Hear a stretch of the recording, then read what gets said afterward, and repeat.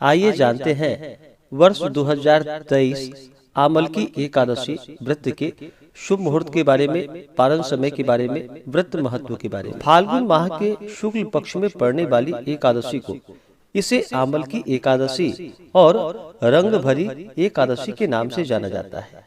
इस दिन विशेष प्रकार से भगवान विष्णु, माता लक्ष्मी और भगवान विष्णु के परशुराम स्वरूप का पूजन किया जाता है। जो भी भक्त सच्ची श्रद्धा के साथ, नियम और निष्ठा के साथ आमलकी एकादशी का व्रत करते हैं, इस दिन भगवान का पूजन करते हैं, कथा श्रवण करते हैं, व्रत में नियमों का पालन करते हैं, रात्रि जागरण आदि का कार्य करते हैं, तो इस व्रत के प्रभाव से पद्म पुराण के अनुसार आमलकी एकादशी व्रत करने से तीर्थ स्थानों जितना पुण्य फल प्राप्त होता है। सभी यज्ञों के बराबर फल देने वाले इस आमलकी एकादशी व्रत को करने से व्यक्ति मोक्ष प्राप्त करता है तथा मृत्यु के बाद भगवान विष्णु के धाम में जाता है। इस व्रत के फल से सभी पाप समूल नष्ट हो जाते हैं। इस व्रत का पुण्य 1000 गौदान के फल के बराबर होता है। जो भी एकादशी का व्रत करते हैं उन्हें एकादशी व्रत के लिए, जो कि दशमी के दिन से ही व्रत में नियमों का पालन करना पड़ता है। दशमी तिथि के दिन सूर्यास्त होने से पहले ही शुद्ध और सात्विक आहार ग्रहण करनी चाहिए और दशमी की रात्रि को, जो कि ब्रह्मचर्य का पालन करते हुए भगवान नाम का स्मरण करते हुए सोना चाहिए। एकादशी तिथि के दिन सुबह उठ करके नित्य क्रियाओं से निवृत्त होकर के गंगा नदी में स्नान करना चाहिए। वहां स्नान न कर पाए तो घर के नहाने के पानी में थोड़ा सा गंगा जल मिला करके स्नान करना चाहिए। शुद्ध वस्त्र धारण करना चाहिए और फिर व्रत का संकल्प लेना चाहिए। भगवान विष्णु, माता लक्ष्मी और भगवान परशुराम से प्रार्थना करनी चाहिए। एकादशी तिथि के दिन, जो कि दिन रात्रि उपवास रहते हुए व्रत को धारण करना चाहिए।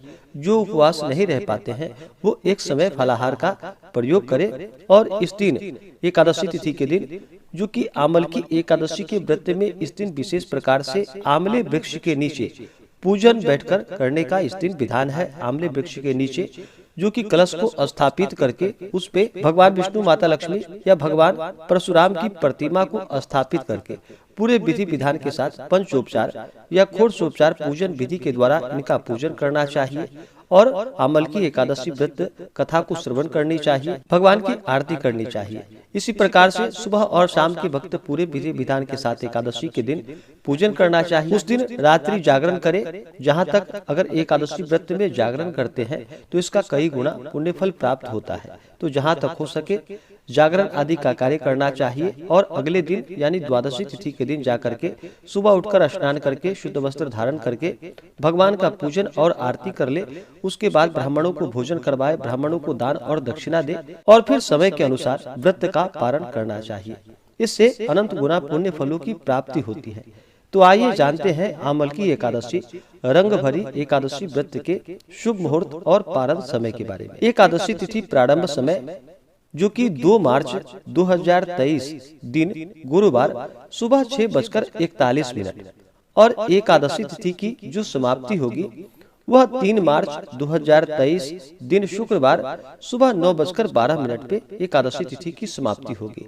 तो हमें शुद्ध रूप से जो सूर्योदय व्यापिनी द्वादशी युक्त एकादशी के लिए समय प्राप्त हो रहा है वह समय 3 मार्च 2023 दिन शुक्रवार को प्राप्त हो रहा है।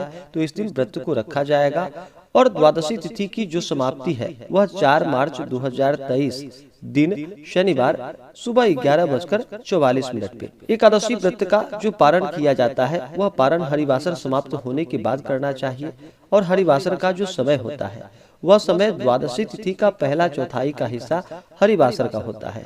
तो इस दौरान व्रत का जो पारण है वह पारण 4 मार्च 2023 दिन शनिवार को व्रत का पारण किया जाएगा और पारण का जो समय होगा वह समय सुबह 6:48 से सुबह 9:09 तक व्रत का पारण किया जाएगा।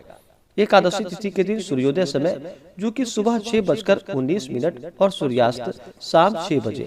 राहु काल का जो समय होगा वह समय सुबह 10:42 से दोपहर 12:10 तक राहु काल का समय होगा। एकादशी तिथि के दिन राहु काल समय के दौरान कोई भी शुभ कार्य या नया कार्य नहीं करना चाहिए, यह लाभप्रद नहीं होता है।